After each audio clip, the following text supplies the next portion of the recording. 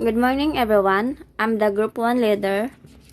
I'm Maria Lanspina with my members, Nel Ramon Alegre Tabora, Benedict Jan Dumogho, Hervin Dev L. Angana, Frede L. Abison Jr., Arvin D. Miligreto, Rap Binji Norio. Why did the Bretton Woods systems collapse in 1970s? The collapse of the Bretton Woods systems between 1971 and 1973 led to a general adoption by advanced countries of a managed floating exchange rate system, which is still with us. Yet this scam, at least at the time, was not inevitable, as was argued by the press at all. 1966 and a contradictions to threaten the ongoing U.S. balance payment deficit was not really a problem. The rest of the world voluntarily held dollar balance because of their valuable service flow. The deficit was demand determined. In the view, the Bretton Woods systems could have continued definitely. This, of course, was not the case, but although the value system ended in 1973, the dollar standards without a gold is still with us in Mackinnon 1969 and 1988 until 2013 was long argued. The dollar standard was resented by France in 1960s and referred to as covering the exorbitant privilege on the U.S. And the same argument was made in 2010 by the governor of the Central Bank of China. However, the likelihood that the dollar will be replaced as the dominant international currency and the foreseeables of future remains remote. The dollar standards and the legacy of the Bretton Woods systems will be with for as long as the time. And that's all. Thank you. I'm Injured Cadet Nel Ramon Tabora. I'm the one to represent this topic. The articles represented a compromise between the American plan of Harry Dexter White and the British plan of Johnny Maynard Keynes.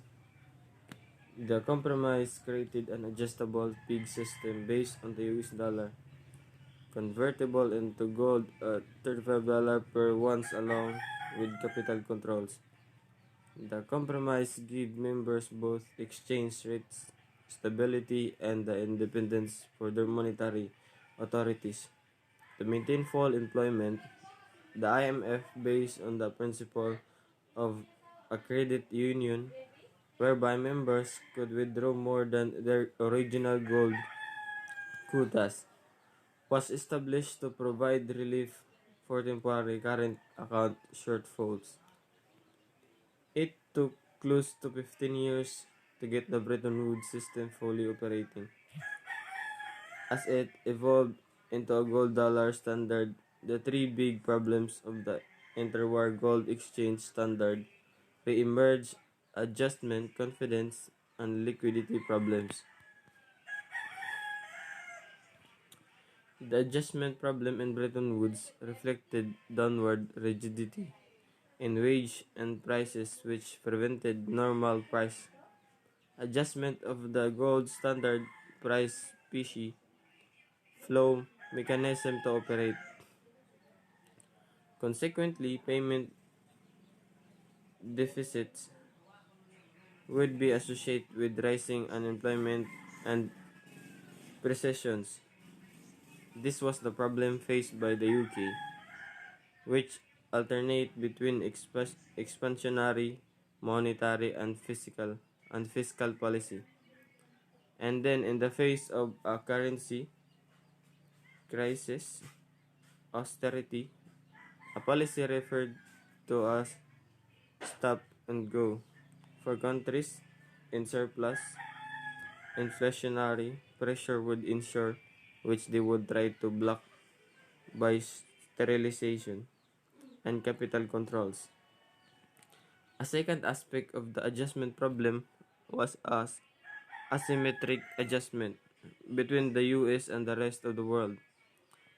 In the page exchange rate system, the US served as a central reserve country and did not have to adjust to its balance of payments deficit.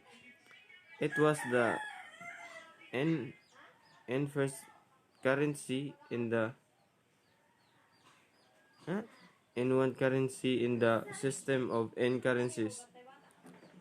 Mandel 1969, this asymmetry of adjustment was resented by the Europeans.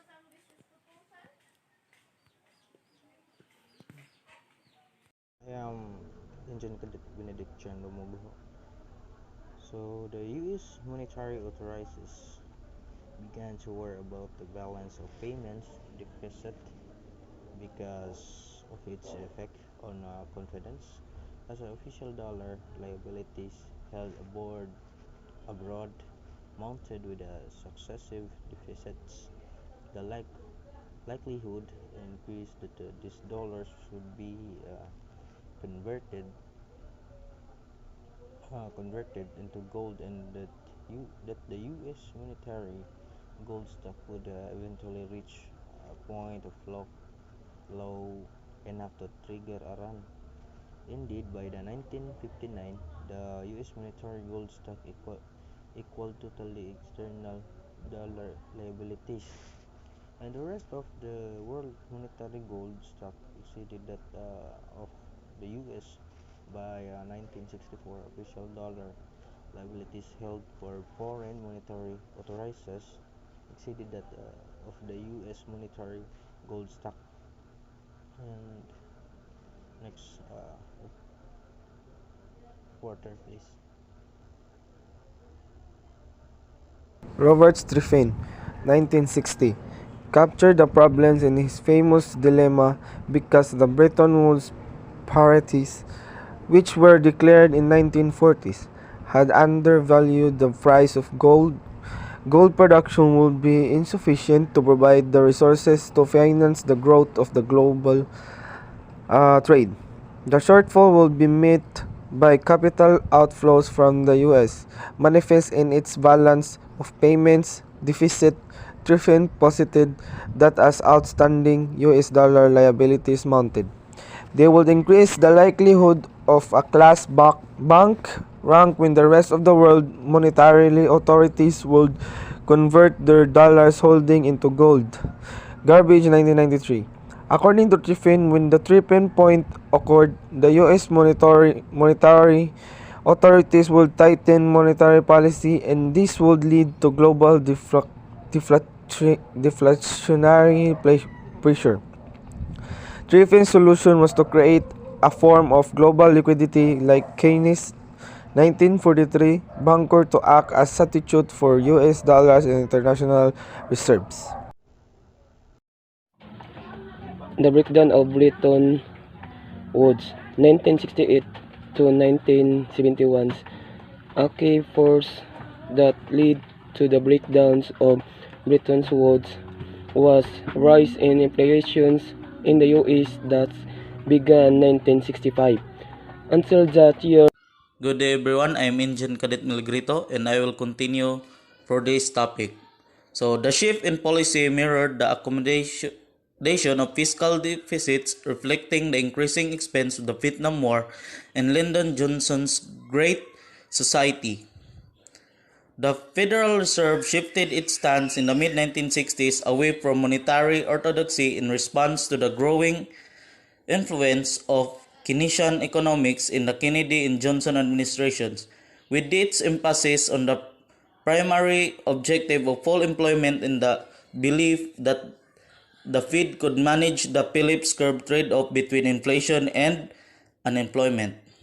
Increasing U.S. monetary growth led to rising inflation which spread to the rest of the world, through growing US balance of payment deficits. This led to growing balance of payment surpluses in Germany and other countries. The German monetary authorities and other surplus countries attempted to sterilize the inflows but were eventually unsuccessful, leading to the growing inflationary pressures. So that would be all for my part and will be continued by the next member. Thank you. So, good morning, sir. I am Engine Cadet Norio. So, this is my part. After the devaluation of sterling in November 1967, pressure mounted against the dollar via the London gold market. In the face of this pressure, the gold pool was disbanded on 17 March 1968, and the two-tier arrangement put in its place. In the following 3 years, the US put considerable pressure on other monetary authorities to refrain from converting their dollars into gold. The decision to suspend gold convertibility by President Richard Nixon on August 15, 1971 was triggered by French and British intention to convert dollar into gold. In early August, the US decision to suspend gold convertibility ended a key aspect of the Bretton Woods system. The remaining part of the system, the adjustable page, disappeared by March 1973. A key reason for Bretton Woods' collapse was the inflationary monetary policy that was inappropriate for the key currency country of the system. The Bretton Woods system was based on rules, the most important of which was to follow monetary and fiscal policy consistent with the official page. The US violated this rule after 1965, Bordeaux 1963. That's all.